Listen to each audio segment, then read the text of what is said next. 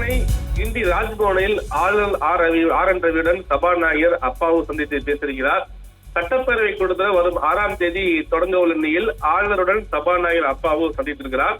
2025ஆம் ஆண்டின் முதல் சட்டப்பேரவை கூட்டத்திற்கு அழைப்பு விடுப்பதற்காக ஆளுநருடன் அப்பாவு சந்தித்திருக்கிறார். ஏற்கனவே ஒவ்வொரு ஆண்டும் தொடக்கத்தில் ஆளுநர் உரை நடைபெறுவது வழக்கம். அந்த அடிப்படையில் மரியாதை நிமித்தமாக சட்டப்பேரவை சபாநாயகர் அவர்கள் நேரடியாக சந்தித்து அவருக்கு அழைப்பு விடுப்பதும் மற்றும் இந்த ஆண்டின் கூடிய குறிப்பாக அரசு சார்பாக எது போன்ற திட்டங்கள் செயல்படுத்தியிருக்கிறார்கள், என்ன திட்டங்களை செயல்படுத்தி சாதனை படைத்துள்ளார் உள்ளிட்டவை குறித்து ஒரு புத்தகம் அவரிடம் கொடுப்பது வழக்கம். அதைதான் அவர் வாசிப்பதும் இயல்பாக உண்டாக இருக்கிறது.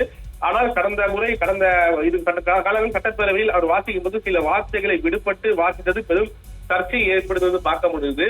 இதற்கிடையில் தான் குறிப்பாக இந்த ஆண்டின் தொடக்க நாளில் குறிப்பாக சட்டப்பேரவை கூட தொடங்கும் நாளில் ஆளுநர் உரையுடன் கூடுவது வழக்கமாக ஒன்ற மரபாக இருக்குது. அந்த அடிப்படையில் இந்த முறையும் ஆளுநரை சந்தித்து அவர் மரியாதை சந்தித்து அவர் அழைப்பு விடுக்க சென்றிருக்கிறார். அவரும் தமிழக அரசால் ஏற்பாடு செய்யப்பட்ட புத்தகத்தையும் கையில கொடுப்பதாக தெரிகிறது. இந்நிலையில் வரக்கூடிய சட்டப்பேரவை கூட்டத்தொடரில் ஆளுநர் அந்த புத்தகத்தை முழுமையாக வாசிப்பாரா அல்லது அதை தொடர்புடைய செய்வாரா ஒரு எதிர்பார்ப்பு மற்றவர்கள் மத்தியில் இருந்தாலும் கூட தமிழக அரசு சார்பாக மரியாதை நிமித்தமாக அழைப்பு விடுப்பதற்கு சபாநாயகர் அப்பாவு சென்றிருப்பது மிக முக்கிய செய்தியாக பார்க்கப்படுகிறது.